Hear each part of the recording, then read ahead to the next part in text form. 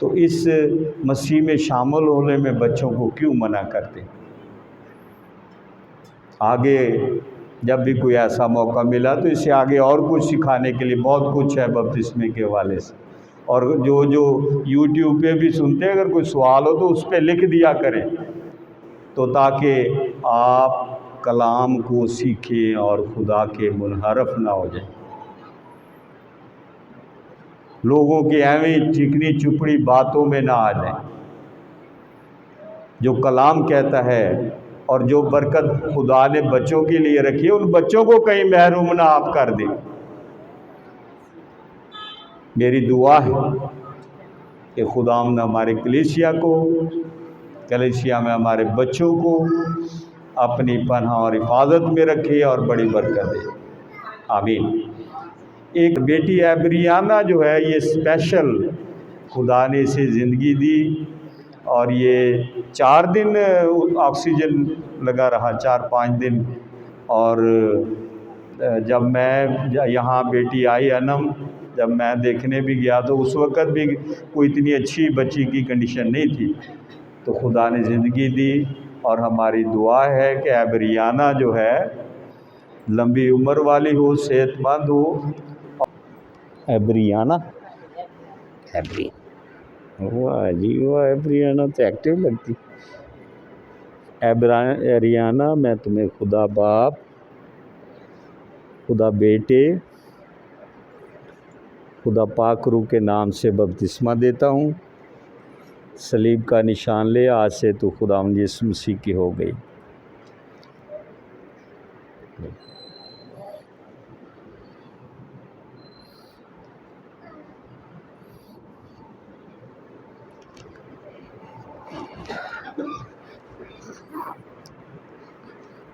Eric, میں تمہیں خدا باپ، خدا بیٹے،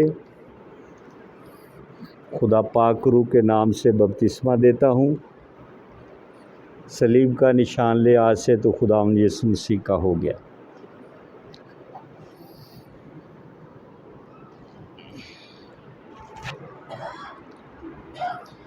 ہم دعا مانگیں۔